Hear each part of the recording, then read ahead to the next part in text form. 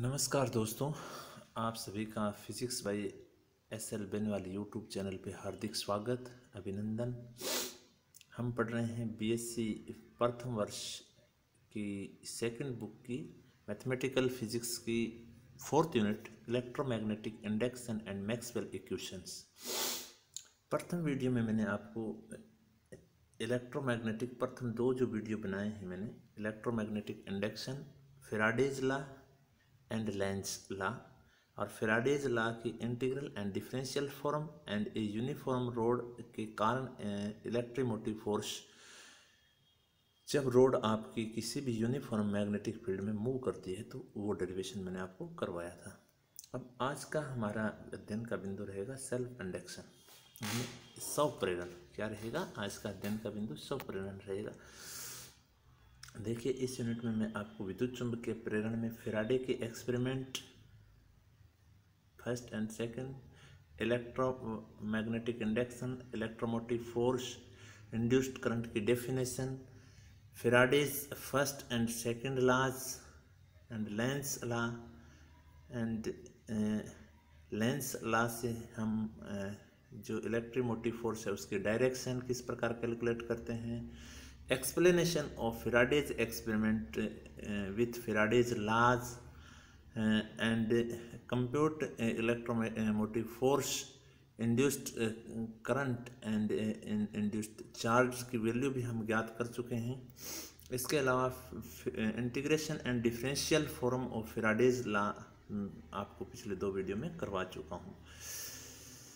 इसके अलावा हम एक समान चुंबकीय क्षेत्र में अगर कंडक्टर रोड आपकी मूविंग कर रही है तो उसके कारण कितना इंड्यूस्ड ईएमएफ होता है वो हमने ज्ञात किया था, जो कि मैंने BVL बताया था, B cross V dot L आपको बताया गया। आज का हमारा अध्ययन का बिंदु है स्व प्रेरण। ये हम पिछले वीडियो में पढ़ चुके हैं। आप अगर नोट्स बनाना चाहते हैं तो आपको स्पष्ट रूप से दिखाई दे रहा है, आप आराम से नोट्स बना सकते हैं, कोई दिक्कत नहीं है आपको। देखिए, सेल्फ इंडक्शन होता क्या है, सबसे पहले ये देखिए इसके डेफिनेशन क्या है सेल्फ इंडक्शन की। देखो, एक मैंने एक एक्सपेरिमेंट ले रखा है, एक मैंने कोयल लगा रखी है, एक बैटरी, एक की। तो जैसे ही मैं की को ऑन करता हूँ, तो यहाँ पर करंट 0 से I तक बढ़ती है। 0 से कहाँ तक बढ़ती है? I तक बढ़ती है। और 0 से I तक बढ़ती है तो जो आपकी कोयल है वो कोयल इस बढ़ने के कारण का लेंस के नियमानुसार विरोध करती है, और विरोध करेगी तो विरोध स्वरूप वो क्या जनरेट करेगी? इलेक्ट्रोमोटिव फोर्स जनरेट ई करेगी। ये जो घटना है, इस घटना को हम क्या नाम देते हैं? स्व प्रेरण। यानी कोई भी कुंडली खुद में ही क्या जनरेट कर ले? इलेक्ट्रोमोटिव फोर्स जनरेट कर ले, तो उस घटना को हम क्या कहते हैं? Electromagnetic induction. और ये कौन सा इंडक्शन है? आपका सेल्फ इंडक्शन है, यानी कोयल आपकी खुद में ही क्या कर रही है? जनरेट कर रही है। तो अगर परिभाषा के रूप में देखें, इसको अगर शब्दों में बांधें तो क्या आएगा? जब किसी कुंडली में प्रवाहित धारा के मान में परिवर्तन से कुंडली से बद्ध फ्लक्स। ऐसा क्यों होता है? ऐसा इसलिए होता है कि जो कुंडली है उसमें प्रारंभ में जो फ्लक्स है वो 0 है, और 0 से कहाँ तक फ्लक्स आपका बढ़ता है? 5 तक आपका फ्लक्स बढ़ता है। और इस फ्लक्स के, चुंबकीय फ्लक्स के बढ़ने के कारण ही आपका क्या जनरेट होता है? इलेक्ट्रोमोटिव फोर्स जनरेट होता है आपका, ठीक है। और इसके डायरेक्शन विपरीत क्यों होती है? इसके विपरीत होने का कारण आपका लेंज का नियम है, यानी उस कारण का विरोध कर रहा है जिस कारण से उसकी उत्पत्ति हुई है। तो मैं आशा करता हूँ आपको सेल्फ इंडक्शन की परिभाषा अच्छी प्रकार से समझ में आ गई होगी। अब देखिए, आपके स्व प्रेरण गुणांक या इंडक्शन कोफिशिएंट क्या होता है? इंडक्शन कोफिशिएंट देखिए, किसी कुंडली में धारा प्रवाहित होने पर उस कुंडली से बद्ध फ्लक्स यानी बाउंडेड जो फ्लक्स है वो धारा के समानुपाती होता है। यानी फ्लक्स होगा वो 5 प्रोपोर्शनल क्या होगा? I होगा। और 5 प्रोपोर्शनल I होगा तो प्रोपोर्शनलिटी जो यहाँ पे कोफिशिएंट है L, तो उस कोफिशिएंट को ही क्या नाम देते हैं? इंडक्शन कोफिशिएंट नाम देते हैं। तो 5 प्रोपोर्शनल टू LI, तो L यहाँ पे क्या है? आपका इंडक्शन कोफिशिएंट है। अब इसके डेफिनेशन क्या है इंडक्शन कोफिशिएंट की? ये भी आ जाती है आपके पेपर में। तो इंडक्शन कोफिशिएंट की डेफिनेशन देखिए। फर्स्ट जो मैं डेफिनेशन दे रहा हूँ इसको शब्दों में बांधने का प्रयास में आपके प्रारंभिक फॉर्मूले से कर रहा हूँ। 5 इक्वल टू क्या आया, एल आई आया आपके पास, तो एल इक्वल टू 5 क्या आया, एल। तो अगर आई की वैल्यूज 1 एम्पियर है तो एल किसके बराबर होगा, 5, यानी आपका जो इंडक्शन कोफिशिएंट होगा वो बाउंडेड फ्लक्स के क्या होगा, इक्वल होगा। तो अगर हम शब्दों में कहें तो कुंडली का स्व प्रेरण गुणांक का मान चुंबकीय फ्लक्स के बराबर होता है। किसके बराबर होता है, कुंडली का स्व प्रेरण गुणांक चुंबकीय फ्लक्स के बराबर होता है, बाउंडेड फ्लक्स के बराबर होता है। कब होता है, जब आपके कुंडली में 1 एम्पियर की धारा क्या हो रही है, प्रवाहित हो रही है। जब कुंडली में कितने एम्पियर की धारा प्रवाहित हो रही है, 1 एम्पियर की धारा प्रवाहित हो रही है, तो उस कंडीशन में ये एल किसके बराबर होता है, 5 के बराबर होता है। सेकंड डेफिनेशन देखिए, हम जानते हैं 5 इक्वल टू एल आई होता है, परंतु सेकंड चीज़ हम फेराडेज लॉ से ये जानते हैं कि E equal to minus d phi by क्या होता है, डी टी होता है। क्या होता है, E equal to minus d phi by d t होता है। तो अगर आप E equal to minus d phi upon d t की बात करें तो यहाँ पर अगर आपको I की वैल्यू चाहिए तो फाई की वैल्यू एल आई अगर रख दें तो एल आपका कोफिशिएंट है, एल बाहर आ जाएगा, D I upon d T आपका अंदर है। तो E इक्वल टू क्या है, minus L D I by d T आया। अब देखिए L इक्वल टू क्या आया, E by minus D I upon d T.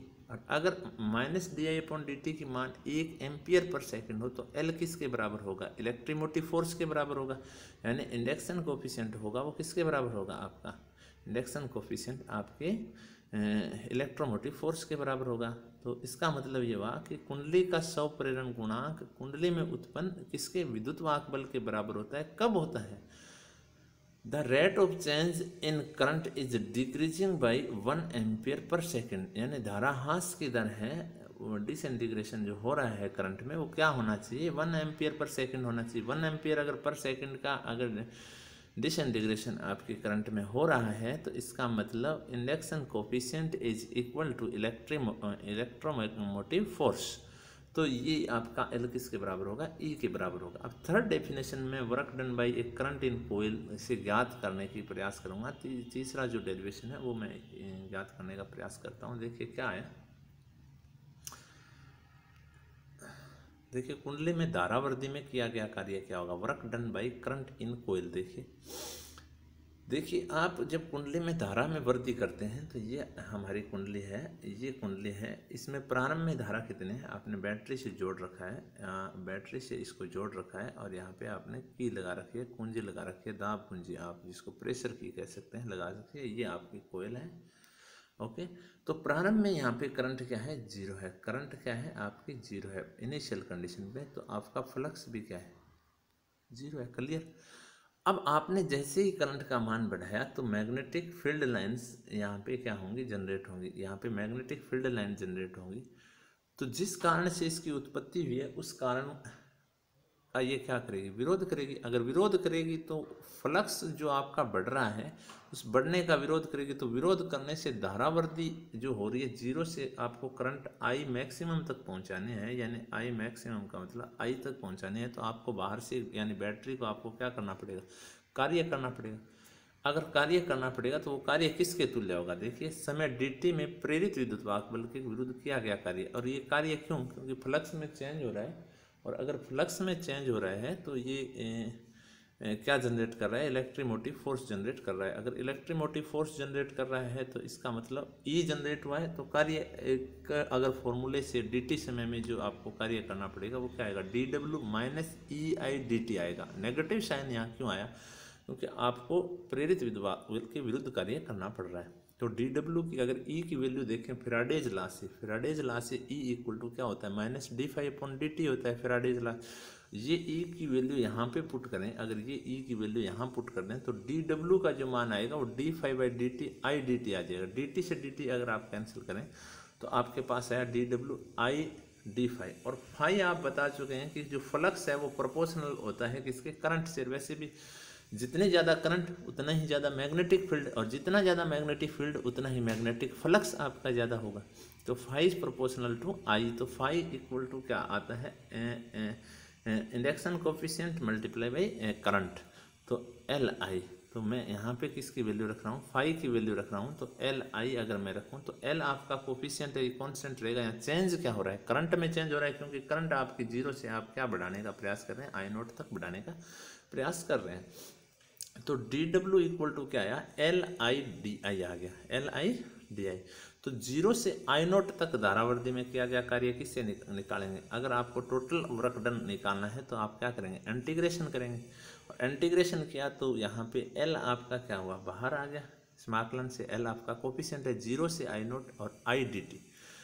अब आई डी आई टी नहीं है यहाँ पे। समाकलन देखिए क्या है, डब्ल्यू इक्वल टू एल और आई और डी आई है, और 0 से क्या है, आई नोट है, 0 से आई नोट तक है। अब आई का करेंगे तो आई स्क्वेयर बाई क्या आएगा 2, और लिमिट लगाएंगे तो I naught square by 2। L आपका बाहर है तो half L I naught square आ गया, half L I naught square कार्य आ गया।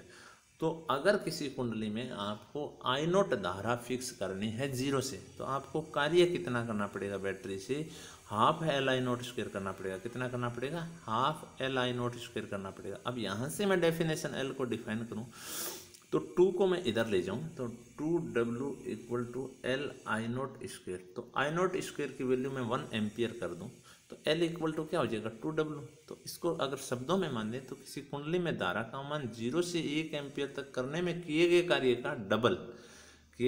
का डबल होता है, वो सेल्फ इंडक्शन कोफिशिएंट के क्या होता है, इक्वल होता है। सेल्फ इंडक्शन कोफिशिएंट के क्या होता है, इक्वल होता है।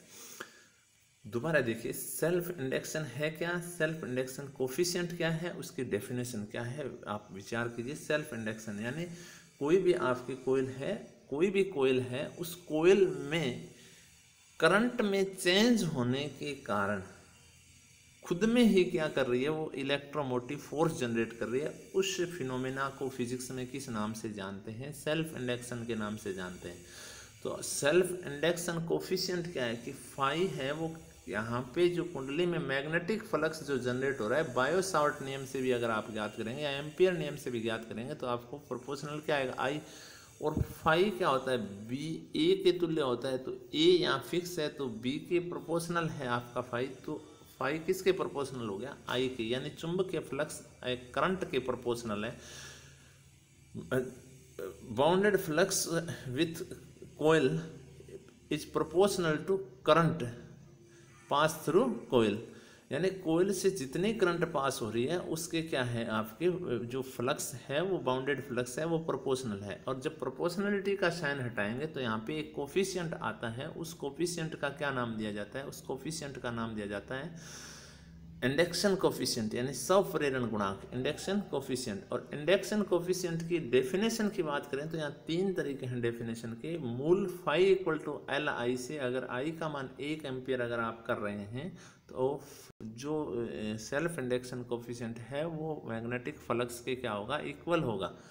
और सेकंड डेफिनेशन फैराडेज लॉ से अगर करें आप तो अगर जो करंट में डिसइंटीग्रेशन है वो 1 एम्पियर पर सेकंड हो रहा है, तो जो कोयल है उस कोयल में जो इलेक्ट्रोमोटिव फोर्स जो प्रोड्यूस हो रहा है वो किसके बराबर होगा, सेल्फ इंडक्शन कोफिशिएंट के बराबर होगा आपका, ठीक है। और अगर आप किसी भी कुंडली में अगर आप करंट को इंक्रीज कर रहे हैं तो इलेक्ट्रोमोटिव फोर्स की अपोजिट में आपको क्या करना पड़ेगा, कार्य करना पड़ेगा। जिस कार्य का जो मान आएगा वो क्या आएगा, half L I naught square आएगा, half L I naught square आएगा। इससे अगर आई नोट की वैल्यू 1 एम्पियर कर दें तो एल इक्वल टू 2W।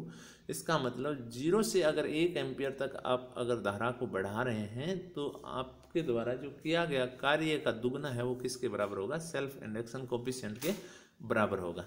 तो आज के लिए इतना ही।